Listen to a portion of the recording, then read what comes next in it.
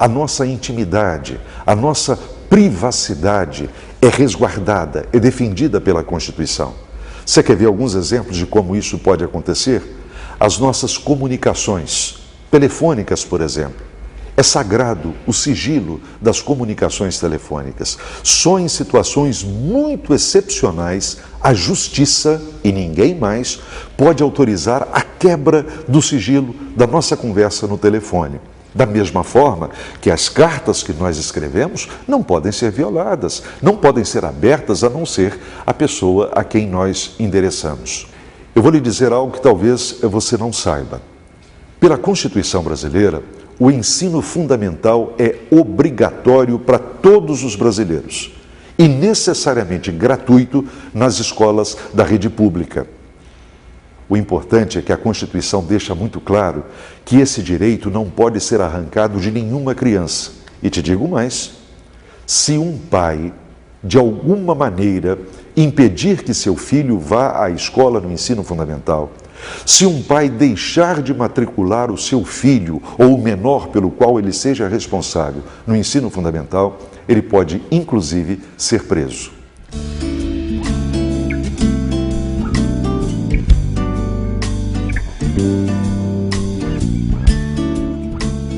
Vou lhe dar mais exemplos de como as normas estabelecidas na Constituição de 88 se transformaram em leis que mexem com o nosso dia a dia.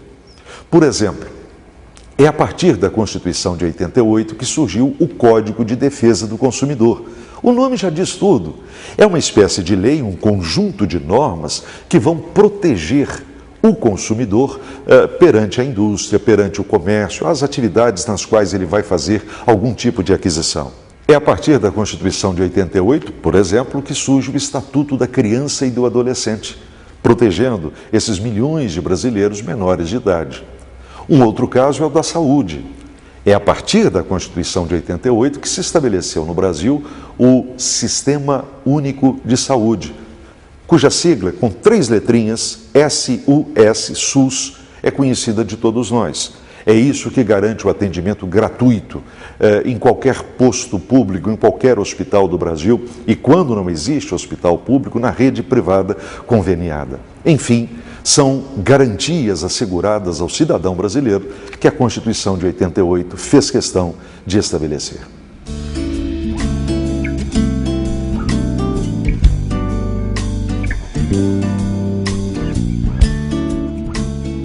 Entre os direitos estabelecidos pela Constituição de 1988, eu gostaria de chamar a atenção para um que é fundamental e que mexe com o nosso dia a dia, com a nossa maneira de viver em sociedade. É a caracterização do racismo como um crime. Mais do que isso, um crime que é inafiançável e imprescritível. Você sabe o que significa isso? Em primeiro lugar, quem pratica o crime de racismo pode pagar por essa pena, inclusive na cadeia, em qualquer época da sua vida. Ou seja, nunca vai ter prazo de validade vencida esse crime. Segundo lugar, é inafiançável. Você pode ouvir em noticiário de rádio, televisão e no jornal que alguém foi preso, pagou uma fiança e foi imediatamente solto. No caso do racismo, não há menor possibilidade disso acontecer. Por isso é que a Constituição estabelece ser ele um crime inafiançável. Ou seja, se alguém for acusado e for condenado por prática de racismo, vai ter que cumprir essa pena na cadeia. Outro ponto que eu acho que deve ser considerado é que uma Constituição vai ser boa se ela estiver antenada, se ela estiver ligada com o seu próprio tempo, com as condições da vida em que ela foi elaborada. Exatamente por isso, a Constituição de 88 é a primeira do Brasil a tratar de determinados temas que nunca apareceram nas constituições anteriores. Um exemplo, meio ambiente. Você sabe que a questão ambiental é tratada de forma relativamente recente na história do mundo. Eu diria que a partir dos anos 1970 começa a surgir essa preocupação com a ecologia, com a preservação das condições ambientais que garantem a nossa própria vida. Pois bem, a Constituição brasileira fez questão de estabelecer isso com muita clareza e obriga o poder público, quer dizer, os governos, federal, estadual, municipal, a tomarem providências no sentido de garantir um desenvolvimento ecologicamente equilibrado no país, inclusive anunciando sanções, penalidades para quem degradar o meio ambiente. Imagine, por exemplo, incêndios maldosos, imagine, por exemplo, o desmatamento sem nenhum critério. Isso é tipificado como crime pela Constituição. Um segundo ponto, que também é novidade, porque não aparece nas constituições anteriores, diz respeito aos índios. O que aconteceu na história do Brasil? Quando o Brasil começou a ser colonizado pelos portugueses lá no século XVI, essa terra tinha dono e eram os povos, as chamadas nações indígenas. Com o processo de colonização, esses indígenas ou vão ser mortos ou vão ser afastados das suas áreas iniciais e vão se esconder para se proteger no interior do país, no centro-oeste, na região amazônica. Pois a Constituição de 88 estabelece os direitos desses indígenas. Significa dizer que o Brasil é obrigado a reconhecer os valores, os costumes, as práticas, enfim, todos os aspectos que caracterizam a cultura dos povos indígenas. Inclusive, um ponto importantíssimo, a Constituição garante o direito desses indígenas às terras que eles ocupam há séculos e séculos antes da chegada dos colonizadores. Um terceiro ponto, e esse também é fundamental, diz respeito à condição feminina. Você sabe tão bem quanto eu que a história do Brasil foi marcada por um caráter bastante masculino. Em determinados aspectos, geramos uma sociedade bastante machista, pois a Carta de 88 faz questão de dizer que homens e mulheres são iguais, absolutamente iguais, em direitos e deveres. E diz mais, na sociedade matrimonial, que é aquela que surge com o casamento, deveres e direitos do marido são exatamente os mesmos deveres e direitos da mulher. Eu gostaria de dar mais um exemplo de como as emendas apresentadas por setores da sociedade se materializaram na Constituição. Um caso muito interessante está no artigo 240 da Constituição brasileira, e que trata exatamente de quê? Da possibilidade de financiamento, da garantia de financiamento, para que entidades privadas de serviço social e de formação profissional, como é o caso do SESC, pudessem efetivamente existir.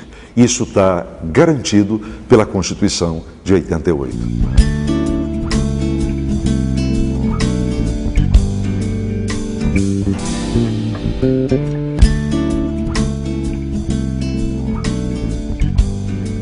Você se lembra como é que nós começamos a aula?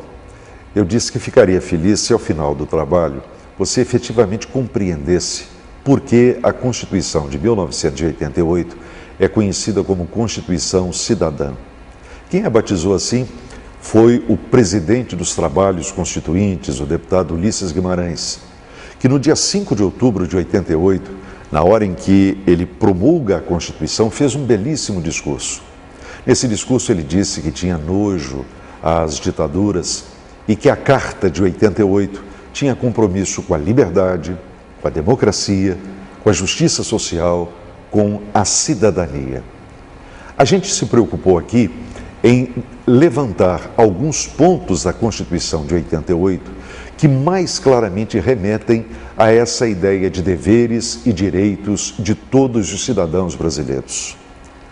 A essa altura, você deve estar me perguntando, professor, será que tudo isso que está na Constituição efetivamente se pratica? Será que tudo isso que a Constituição estabelece, na prática, acontece no Brasil? Não, nem tudo. É claro que o país mudou muito nesses 20 anos. É claro que ele melhorou muito nesses 20 anos. Mas muita coisa da Constituição ainda não se transformou em realidade. Há várias razões para isso. Eu vou lhe dizer uma que é muito importante. Como a nossa Constituição é muito grande, vários dispositivos dela remetem a uma legislação ordinária, quer dizer, exigem que leis sejam feitas para colocar aquilo em prática. E muitas dessas leis não foram feitas até hoje. Sabe por quê? Talvez porque não tenha havido interesse em determinados assuntos. Mas há um outro problema. A Constituição de 88 deu ao Poder Executivo o direito de encaminhar ao Congresso Nacional as chamadas medidas provisórias, que têm força de lei. Era para o governo federal utilizar essas medidas provisórias de uma forma recatada, mas não foi isso que aconteceu na prática. Conclusão: as pessoas encarregadas de fazerem as leis, que são os deputados e os senadores, ficam sobrecarregados com uma grande quantidade de medida provisória que é encaminhada para o Congresso Nacional. E enquanto as medidas provisórias não são votadas e aprovadas, outros assuntos, outros temas, outros projetos não podem ser votados. Acontece então o chamado trancamento da pauta, fica tudo parado e não se vota praticamente nada. Esse é um problema que surgiu com a Constituição de 88. Mas há uma outra razão, que eu acho também fundamental para que alguns aspectos da Carta ainda não tenham se materializado. Em primeiro lugar, vamos deixar bem claro uma coisa: lei alguma no mundo, por melhor que ela seja, por mais bem intencionada que ela tenha sido, lei alguma tem o dom de sozinha transformar a vida, transformar a realidade. Por que eu quero dizer isso? Só há um meio de nós colocarmos a Constituição de 88 plenamente em vigor no nosso país. É quando, em primeiro lugar, a gente conhecê-la. Nós precisamos lê-la, nós precisamos debatê-la, nós precisamos compreendê-la. A partir daí, a gente tem consciência das coisas, do que pode, do que não pode, do que é certo, do que é errado. E ao ter consciência, a gente tem melhores condições de tomar posição. Eu creio que é assim que nós vamos dar vida, nós vamos materializar tudo aquilo que a Carta de 88 representa em termos de valorização da cidadania. Este foi o grande avanço, esta foi a grande conquista. Fazer com que isso aconteça plenamente é tarefa que também cabe a cada um de nós. Foi um prazer estar com vocês. Espero que essa aula tenha sido útil para todos vocês, que tenham compreendido mais e melhor o significado, o sentido da Constituição Brasileira de 1988.